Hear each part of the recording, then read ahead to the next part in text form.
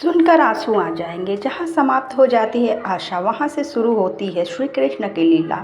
Kanakpur bridge के आंचल में बसा एक ऐसा गांव जहाँ सूरज की पहली किरणों के साथ शंखनाद होता और संध्या होते ही राधे राधे के स्वर गूंजने लगते। जहाँ की हवाओं में भी कान्हा की बांसुरी की मीठी तान बसी थी। पहाड़ पंगड़ियों पर चलते गाय बछड़े, मंदिरों के घंटे और मिट्टी में लिपटी हुई भक्ति, यह सब मिलकर कनकपुर को जीवंत रखते थे। इसी कनकपुर में एक कोने में टूटी फूटी झोपड़ी में रहती थी गोमती और उसका नन्हा बेटा मोहन। पति को वर्षों पहले एक हादसे में खो चुकी गोमती अब मोहन के सहारे ही अपने जीवन की नैया खेल रही थी। मोहन मात्र 8 साल का था पर उसका मन साधारण नहीं था। गहरे नीले आकाश की तरह उसकी आंखें थीं, जिसमें दुनिया से परे एक अनोखा विश्वास छलकता था। विश्वास कृष्ण में, अपने कान्हा में। मोहन सुबह उठते ही सबसे पहले तुलसी के पौधे को प्रणाम करता, फिर अपने नन्हे से गले में लटकती मुरली दे लेकर घर के कोने में रखे मिट्टी के छोटे से श्री कृष्ण के विग्रह को दूध से स्नान कराता।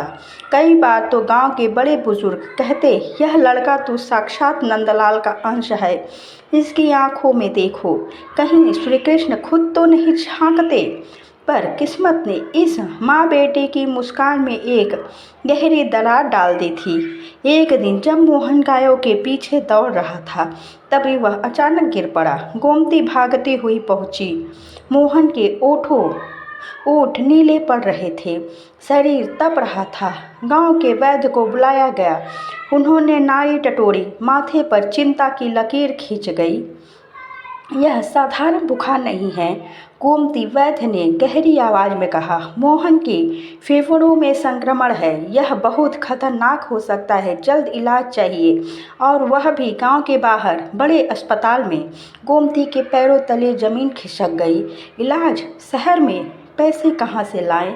घर में तो चूल्हा जलाने के लिए भी 2 जून अनाज जुटाना भारी था। वह मोहन को गोद में उठाकर रोते हुए श्री कृष्ण के विग्रह के आगे जा बैठी।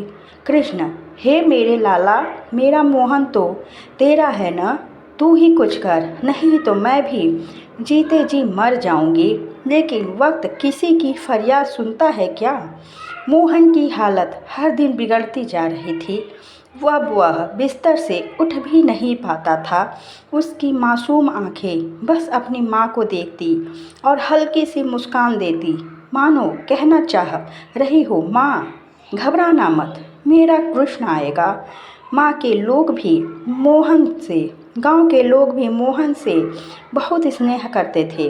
कुछ ने चंदा इकट्ठा किया, कुछ ने अनाज दिया, कोई बैलगाड़ी लेकर शहर के डॉक्टर के पास ले गया। डॉक्टर ने जांच के बाद सिर हिलाया, बहुत देर हो गई है, अगर तुरंत सही इलाज नहीं हुआ तो बच्चा। शब्द गले में ही अटक गए। गोमती के हाथ जोड़ने पर डॉक्टर ने एक पतली सी आशा दी, अगर भगवान चाहे तो चमत्कार हो सकता है। चमत्कार? यह शब्द गोमती के दिल में गूंज उठा। चमत्कार, कृष्ण का चमत्कार। उस रात गोमती ने प्रण लिया, जब तक मोहन पूरी तरह ठीक नहीं हो जाता, वह अन्न जल ग्रहण नहीं करेगा। वह बस तुलसी जल और कृष्ण का नाम लेकर जिएगा। सुबह से लेकर रात तक गोमती अपने घर के द्वार पर बैठी रहती। मोहन उसके पास बिस्तर पर पड़ा रहता, सांसें उखड़ी उखड़ी, और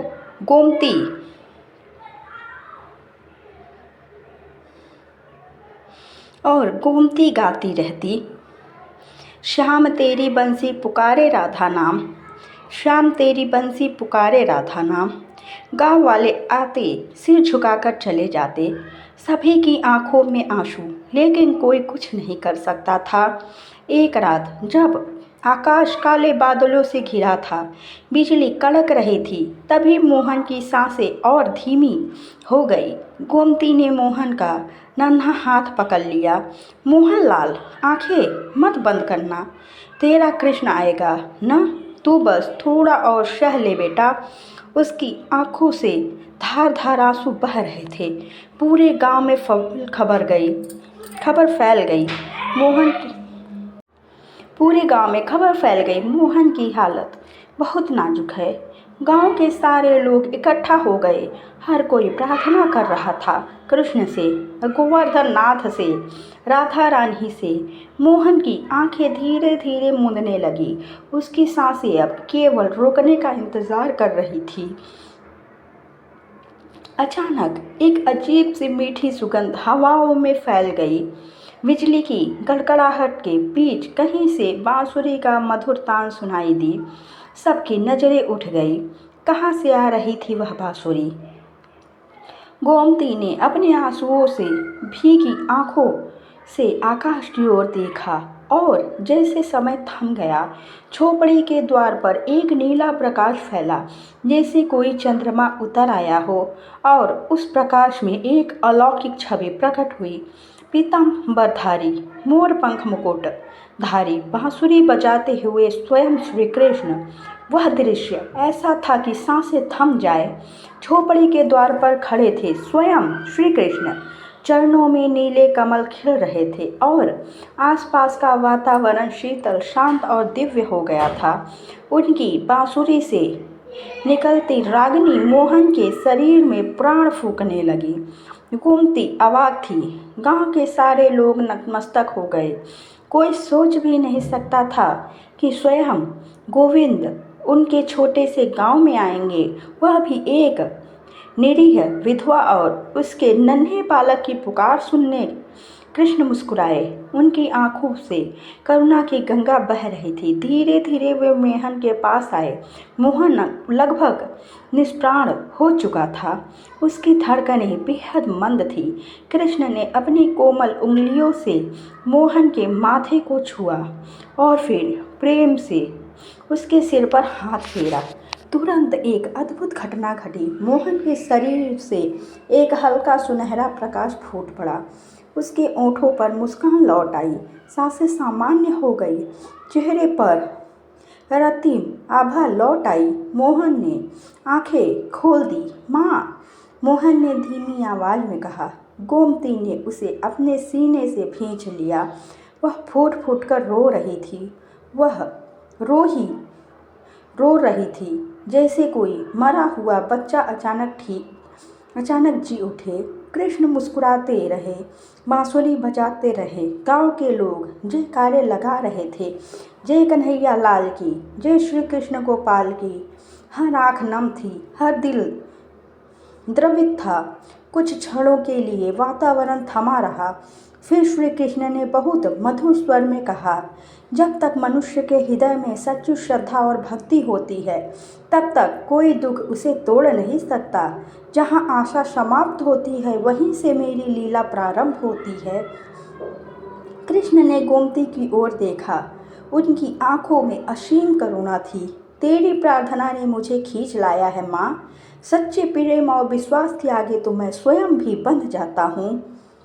गोमती ने कांपते हाथों से श्री कृष्ण के चरण पकड़ लिए। लाला, तू साक्षात आया। मेरे घर मेरे नन्हे मोहन को जीवन दे दिया। उसकी आवाज़ भीग गई। वह शब्दों से आगे जाकर बस आंसू के माध्यम से धन्यवाद अर्पित कर रही थी। फिर धीरे धीरे श्री कृष्ण का शरीर प्रकाश में विलीन होने लगा। उतना उनका अंतिम मुस्कान, उनकी आखिरी बांसुरी की तान, सब कुछ धीरे धीरे अदृश्य हो गया। झोपड़ी में अब भी वह मीठी सुगंध बसी हुई थी। वातावरण में एक अनुपम आनंद था। मोहन अब पूरी तरह स्वस्थ था, जैसे उसे नया जीवन मिल गया हो। अगले दिन कनकपुर में एक अनोखा उत्सव हुआ। गांव वालों ने मिलकर श्री कृष्ण के लिए एक भव्य कीर्तन रखा। सारी रात ब्रिज गीत गाए गए, ढोल मंजीरे बजे, छोटे छोटे बच्चों ने मोर पंख पहनकर नृत्य किया।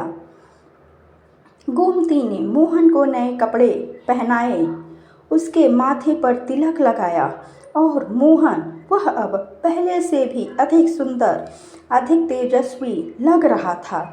सभी को यह स्पष्ट दिख रहा था, मोहन ने अब सिर्फ एक बालक नहीं बल्कि श्री कृष्ण की कृपा का साक्षात चिन्ह है।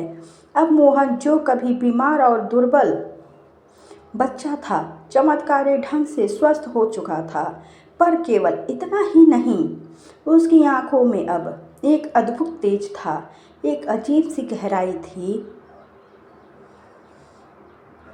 गांव के लोग जब भी मोहन की ओर देखते तो उन्हें ऐसा लगता जैसे वो सीधे श्री कृष्ण के दर्शन कर रहे हो। मोहन की वाणी में भी एक अलग मिठास आ गई थी। जब वह बोलता तो जैसे बांसुरी बजती। उसके शब्दों में ऐसा जादू था कि जो सुनता उसका दुख दूर हो जाता, हृदय हल्का हो जाता। गांव में एक बूढ़ी अम्मा थी, चंदा अम्मा, जो वर्षों से बिस्तर पर पड़ी थी, चल फिर नहीं सकती थी। दवाई, जड़ी बूटी, तंत्र मंत्र सब आजमा चुकी थी। पर एक दिन चंदा अम्मा ने सुना कि मोहन की चमत्कारी हो गया है। उसने गोमती से कहा, बहू, क्या मेरा मोहन मेरे सिर पर हाथ रख सकता है? शायद मुझे भी प्रभु की कृपा मिल जाए। गोमती मोहन को लेकर आई। मोहन ने चुपचाप चंदा अम्मा के सिर पर अपना कोमल हाथ रखा और किसी ने विश्वास भी नहीं किया। चंदा अम्मा तुरंत उठ बैठी। आश्चर्य, वह चलने लगी, बोलने लगी और उसकी आंखों से आंसू बह निकले। सभी लोग कृष्ण कृष्ण पुकार उठे। यह बच्चा नहीं, यह स्वयं नंदलाल का अंश है। धीरे धीरे कनकपुर गांव में मोहन की ख्याति फैलने लगी। बीमार, दुखी, निराश लोग मोहन के पास आते। वह केवल मुस्कुराकर आशीर्वाद देता और लोग चंगे हो जाते। किसी की अंधी आंखों में रोशनी लौट आई, किसी का खोया हुआ बेटा वापस आ गया, किसी की सूखी खेती में अचानक हरियाली छा गई। हर तरफ बस कृष्ण कृपा का उत्सव था। कनकपुर अब कोई साधारण गांव नहीं रहा गया था। यह बन गया था कृष्णपुर, जहाँ स्वयं श्री कृष्ण का वास था। पर मोहन भीतर से बहुत विनम्र था।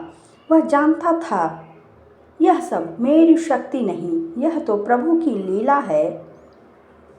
मैं तो बस एक माध्यम हूँ। रात को वह अक्सर खेतों में चला जाता, चांदनी रात में एकांत में बैठकर बांसुरी बजाता। उसकी बांसुरी की धुन सुनकर दूर दूर से पशु पक्षी भी सम्मोहित हो जाते। कई बार गांव वाले उसे दूर से बांसुरी बजाते देखते और उनके आंसू बह निकलते। ऐसा लगता मानो बंसी की तान के साथ ही उनके जीवन का हर दुख बहता जा रहा हो। एक रात जब मोहन चंद्रमा के नीचे बैठा बांसुरी बजा रहा था, तभी एक दिव्य प्रकाश प्रकट हुआ और उसमें से स्वयं श्री कृष्ण प्रकट हुए। वे मुस्कुराए। उनके नेत्रों में गर्व और करुणा का अद्भुत संगम था।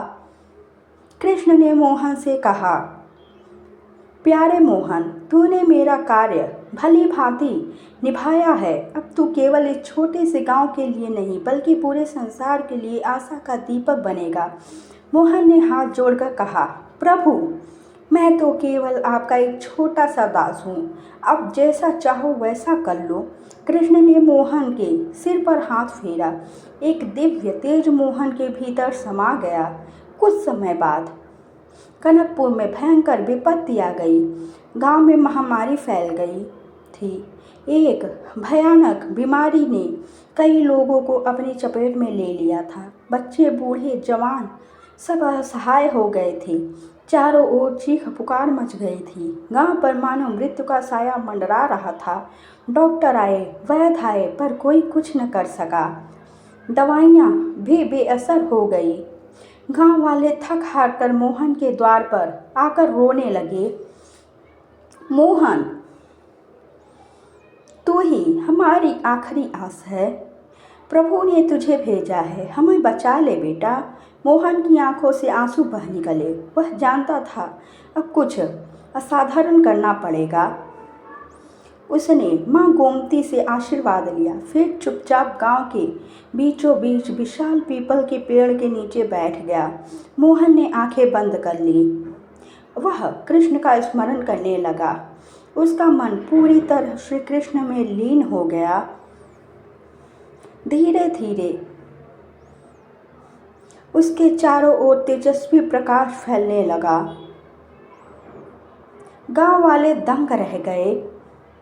उसने प्रार्थना की, प्रभु मेरे प्राण ले लो, पर मेरे गांव को जीवन दे दो। उसका प्रेम, उसकी करुणा इतनी प्रबल थी कि आकाश भी गूंज उठा।